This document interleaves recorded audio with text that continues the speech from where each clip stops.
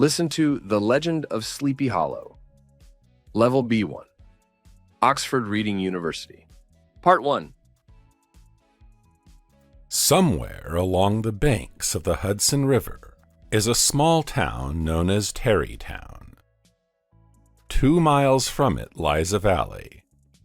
It is incredibly quiet and somewhat dreamy, so people call it Sleepy Hollow. Many years ago, Dutch sailors came to this remote and peaceful place. Almost all people that live in the town and in the valley are their great-grandchildren. These people are particularly superstitious.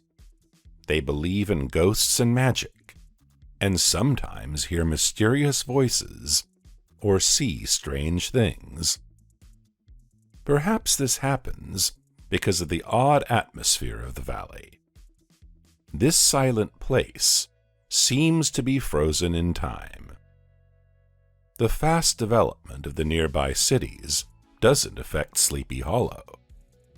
Nature, as well as customs and tales, has remained unchanged for a very long time. There is, however, one particular legend that stands out. People tell a story about a German soldier who fought in the war.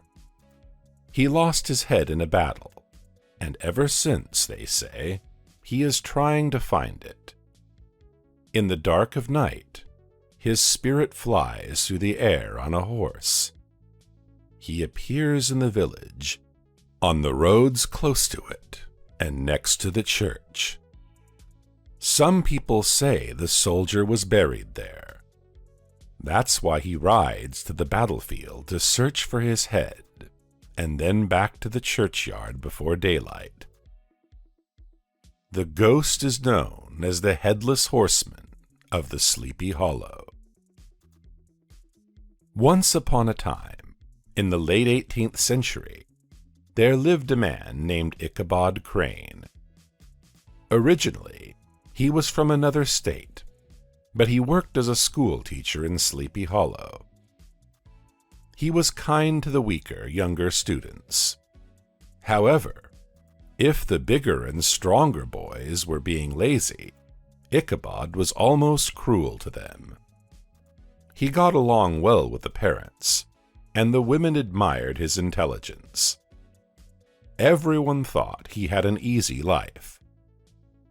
In fact, Ichabod was no less superstitious than most of the locals, though he was well educated.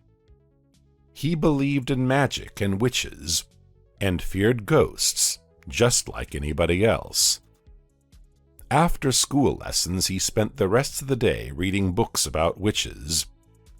Those books filled him with horror, and during the night, every sound frightened him. I think you forgot to like this video. Do it now to support our channel. Ichabod spent many evenings with the housewives of the town. He used to listen to their fascinating stories about magic, ghosts, and all sorts of strange things that occurred in Sleepy Hollow. In return, Ichabod shared with them the stories he had read or heard in his state of origin. This exchange was cheerful and pleasant. Ichabod's way back home, however, was not. He feared every sound and every shadow, thinking that the Headless Horseman could be waiting for him just around the corner. In reality, of course, Ichabod's mind was simply playing tricks on him in the dark of the night. One day, however, he met a being far more frightening than a ghost, a woman. Her name was Katrina Van Tassel, and she was the daughter of a rich Dutch farmer. She was a beautiful, confident young woman and liked to flirt. Ichabod was attracted by her fresh appearance, but even more so by her father's money. Van Tassel had a giant farm and an impressive house, so the teacher realized that he needed to win Katrina's heart. Obviously, it wasn't that easy. Katrina was a popular girl, and many other men in the town admired her too. One of them was young Brom. People called him Brom Bones because of his strength. He was a powerful horseman and liked to party and fight. Brom's romantic interest in Katrina made many men uncomfortable.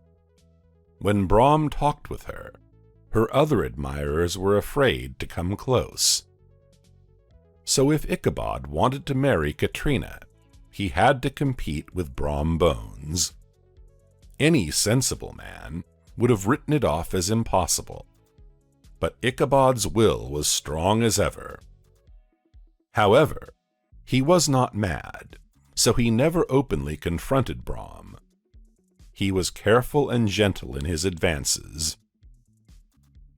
Brom would have settled the matter with a fight long ago, but Ichabod always avoided him. Instead, Brom played practical jokes on Ichabod, or made fun of him when Katrina was around. It went on like this for a while, and still Katrina did not give any of them a definite answer. One day, the teacher sat in the classroom while his students read their books. Suddenly, a black man appeared on the doorstep and gave Ichabod an invitation to a party at the Van Tassel house. After delivering the message, the man rode away on his small, funny-looking horse. While getting ready, Ichabod made an extra effort to look neat. He borrowed an old horse from a farmer and rode to the Van Tassel castle. When he arrived, many rich farmers had already gathered there. Among them he noticed Brom Bones, who had come on his strong, beautiful dark horse. Do you want more English audiobooks with translations and transcriptions? Check out app eva.com. You can read books and learn new words every day. Ichabod was filled with excitement at the sight of the table. He had always appreciated a good meal. Van Tassel served plenty of different traditional dishes and treats. Ichabod ate the delicious food and thought, "If I marry Katrina, I will have this house and all this food to myself. I will quit my job, and I won't ever be poor anymore." Then came the dancing. Ichabod was a keen dancer and was very proud of his skill. That evening he was also pleased because Katrina was his dancing partner. While they danced, Brom Bones sat in the corner, upset and jealous. After the dance, some people started exchanging stories about the war. Then they went on to share folk tales about ghosts. Someone explained that ghosts preferred places where nothing changed, where they knew all the people. That was perhaps the reason why there were so many spirits in Tarrytown, where time seemed to have frozen. And because Sleepy Hollow was so close, its dreamy atmosphere seemed to be spreading to the neighborhood as well. "Did you know," said someone, "that you can still hear crying and screaming by the tree where the poor Major Andre disappeared? And at Raven Rock, there is a woman in white," said somebody else. "She died there in the snow long ago, and you can still hear her shouting." But most of the stories were related to the Headless Horseman, the townspeople's favorite legend. The horseman, they said, spent most of his time in the churchyard. The church was located in a very remote place, hidden among thick dark trees, which made it a perfect place for a ghost to live. "Have you heard the story of the old Brower?" said one of the guests. He had never believed in spirits, but one night he was coming back from Sleepy Hollow and met the Headless Horseman on his way. The ghost forced Brower to get on the horse behind him. "My God!" a woman cried. "And what happened next?" "Well, They rode over the hills until they reached the bridge.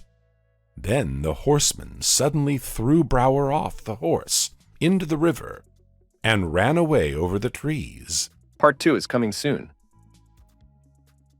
Send this video to your friends who like English stories. And now, enjoy another English story.